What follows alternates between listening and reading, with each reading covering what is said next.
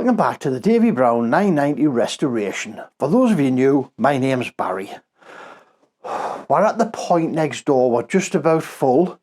We're probably going to give it a litre today, a litre tomorrow. Get the battery charged up, make sure everything's ready, turn it over, flush that oil system out. That will then allow us to fit this back into the tractor. So, we've got to get this prepped today. And in order to get it prepped, I've got here a jug of warm water. This is part number 623579. It's the O-ring, replacement O-ring off this end. I wasn't envisaging changing this. Well, I was in a way. But then I looked at the logistics of trying to get it done, and I decided that it wasn't possible to stretch an O-ring that far and get it still to work. However, Shane, my good friend Shane from America, he watched my previous video and he come back and he said, yeah, you can, I've done it. And he sent us an offline clip of him actually stretching this over the top, so it can be done. So we're going to try that today. However, I'm going to leave the old one on. I'm going to leave the old one on just in case that snaps. I've got it in a jug of warm water, warming up, because it is cold today. I don't want to be trying to stretch it and find that we're actually breaking because we're trying to get it beyond its limits in the cold. So, what have we got here? In my little system, I think I've got all the bits that I need to pop this back together. So, we've got my donkey's dick, my pin, my cam that went missing, was hiding in the box. We've got a new O-ring for this end. We've got my valve selector here. I've got my two bolts for the lift arms. They're going to go into here just purely and simply so that I can put a set of slings on here and on here to control the rotation of the shaft while we're lifting it. New end cap goes on the left hand end, and we're going to reuse the old bearings from this end and the old bearing from that end still in there. And we have our proverbial loads of grease. That's been in there a couple of minutes now. Let's see if we can get that stretched over the end of here.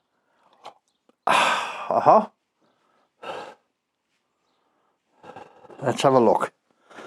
Now, Shane did say put that end over first.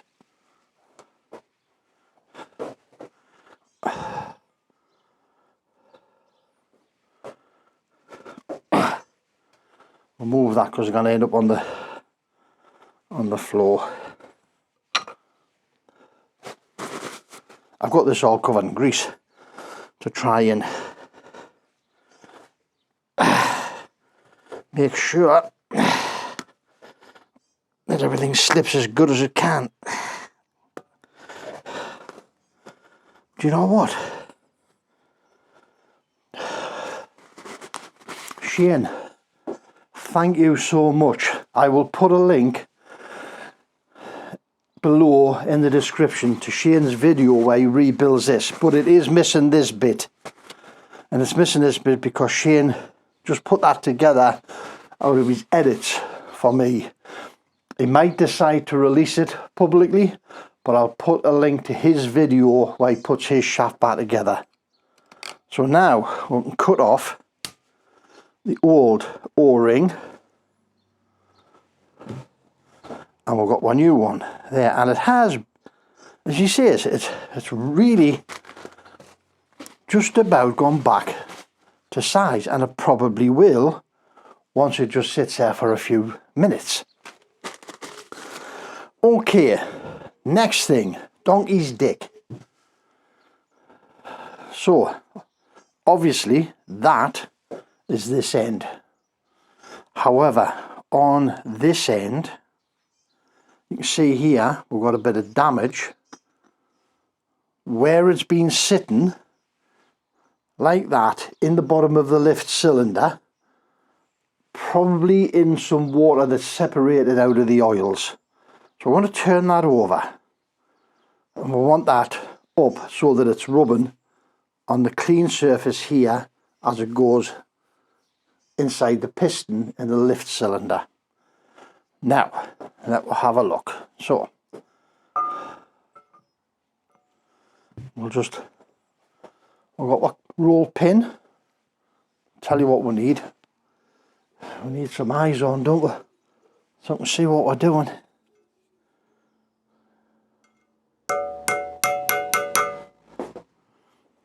Okay, greasy. Where's our grease?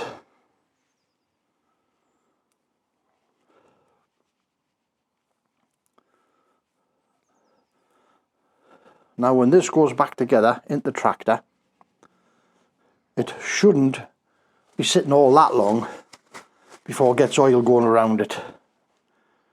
Now that's the whole point of filling the gearbox up, isn't it? I can see we're having fun. Again, I'll put the link below to Shane's video of him refitting his in his tractor on YouTube, and if I can find it, I'll put the link below in the description as well. There's going to be a canny list of links in there this time. To the Davy Brown factory, assembling these on the factory line. They do this before the axle is attached to the tractor, and they do it with the axle lying flat and the PTO end facing up. That becomes obvious. If you watch that video, it becomes obvious why they do that, because all this and this donkey's dick just hangs down and fits straight into the position, and all this rests into the bearing cups beautifully. But anyway, so let's get this put in. Undamaged end to the bottom.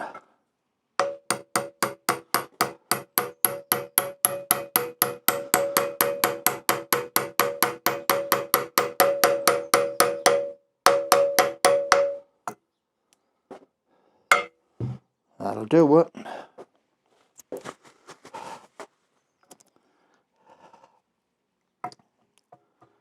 Just make sure that is free. Now when we're coming to put the bearings in, there's a grease hole. This one doesn't matter because it's already still in the housing, but on this end we've got our grease holes, and we've got to make sure we line those bearings up with those grease holes as it goes in, otherwise you ain't going to be able to grease this. Okay, so that's an additional thought. When we're assembling this, all of this has got to go together in such a way that we can align those holes. What we're going to do in the meantime, we're just going to get some grease. I'm going to give this a good smearing, and I'm just going to clag it on the end of that shaft like that, so we know where it is. That one, the half cup that goes the other side of that, needs to go into the tractor side. I'll just pop that over there for the time being. Right, same with the cap. I'm going to put the cap over there. So, O-ring this end. Again, part number 623579. Both the same.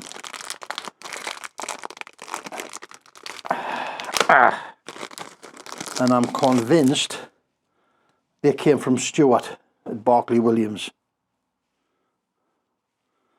I've had them quite a while. In fact, I know they did. They did come from Stuart. And the reason I'm saying that they did was because that cap came from Stuart. that cap, which is got the part number written on it. Part number 913773. Again, Stuart Barclay Williams. I don't think there's many parts of Stuart hasn't got left, is there? O-ring on. Right, so as I say, I'm going to pop that on. Little nick up here at the front. I popped a pin in the back so we can manipulate the cam when it's inside. If you remember, my two studs for here were sheared off. Now, so I had to make two new studs. These are quarter UNF. Sorry, no, they're not. They're quarter UNC. And my washers are tight. There we go. So, to make such small studs, I started off each stud 2 inches long. I worked out the length of the stud, the length of the land that needed to be, so that we could pop the cam on and still tighten the bolts up properly. Now, so then you start from the other end. You grip this end in the vise because there's no thread on it, it's just a blank pin at that point, quarter. Grip that end in the vise, thread down the long end till you reach the required length for the land in the middle. Then what you can do is you can spin it over. You can grip it on the ends of the elongated thread on the other end, and you can thread this end to the correct length.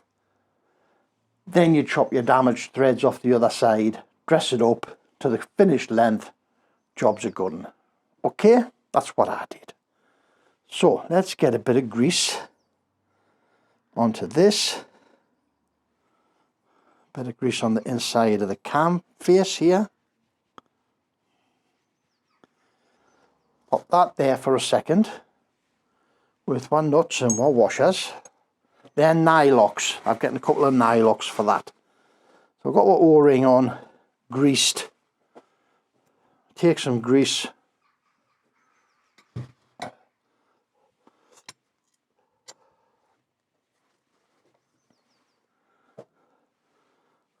Grease the hole.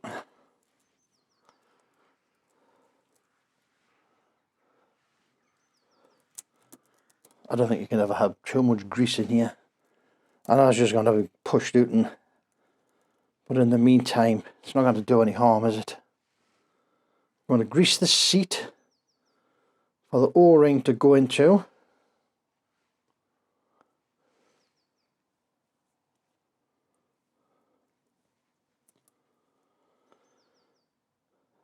A tiny bit on that face. Because when this is together, finished in the tractor, it's going to be up against that face.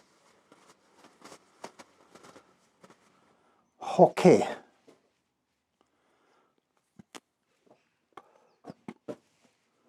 I'm going to pop this together, and then we're going to reach inside, and we're going to put my cam plate on.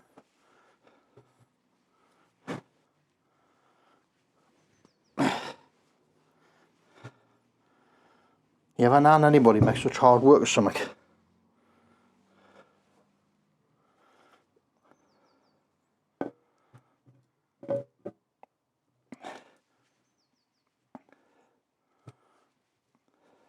Right.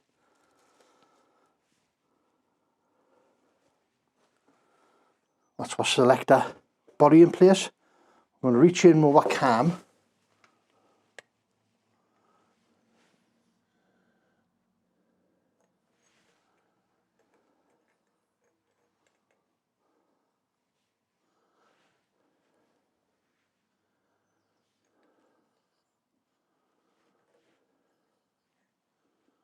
Got to wangle this past.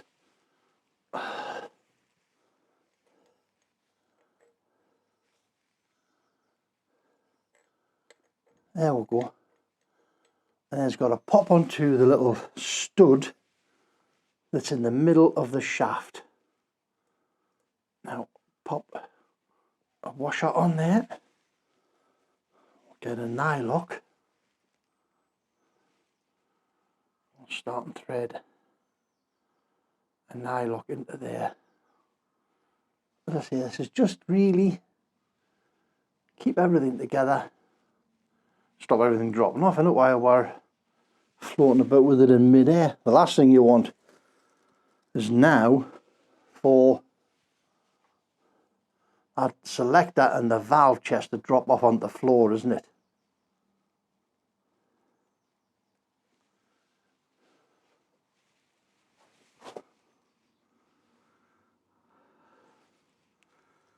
Tell you what, there's not much room in there.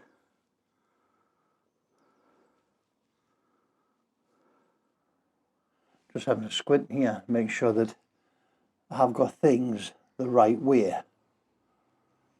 Because there's the control mechanism to go in to contact that cam face, isn't it? And if we get in there, can we move that? Yes, we can. Right. Now, just going to pop these in. Right, these are lock and taper holes in here, if you remember correctly. I'm going to put a very small amount of grease on here, on the taper. Reason why, I don't want them to lock at the minute. I'll just degrease them and we will clean them. There's no grease on my fingers for this one. But all I want these for is to catch the lifting strops. Because say I'm going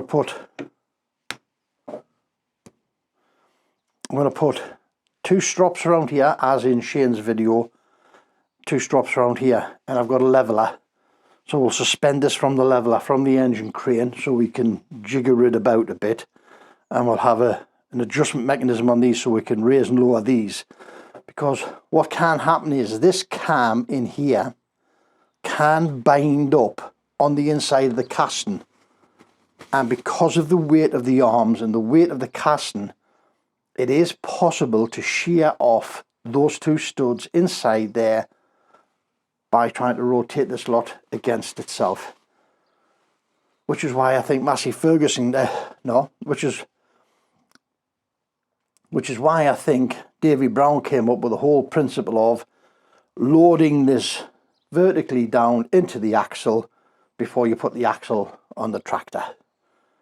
So that's that setup. That's a leftover nut. That's a lovely little nut, that. Nice little square nut, black. We'll pop that in that bag because this is our nuts and bolts and leftovers from the assembly when we come to assemble it. Where's my cloth? We need a cloth just to sit over there, keep everything clean. That's it for today. Short and sweet. We're ready now. That's all ready for the bin. So we've got here, we've got our end cap with our half bearing and our plug for the opposite end of that. This is ready to go in. It will need, we've got the gasket for here. And we're going to put some 515 on this as well for to go in. The covers are in the box up there. They're here. All we need to do now is whiz that engine for 5-10 minutes, pump oil through the system, get everything cleaned out nicely. Then we're going to put this back on. So the next video will be this lot going on. Fingers crossed, fingers crossed. Right guys, thanks very much for visiting. I hope it's been useful to you. I will be going back to Shane's videos to look at the Group 3 adjustments, and also to see what troubles and strife he had putting this lot back in. I've already watched it a couple of times, but I will be back a couple of more times. You cannot get enough help and advice and information when you're doing something like this. Right guys, as I say, thanks very much. As always, time's greatly appreciated when you come visiting us to see what we're up to. But remember, don't overthink it. It's only nuts and bolts. And we'll see you in the next one, putting this lot in. Ta-da now.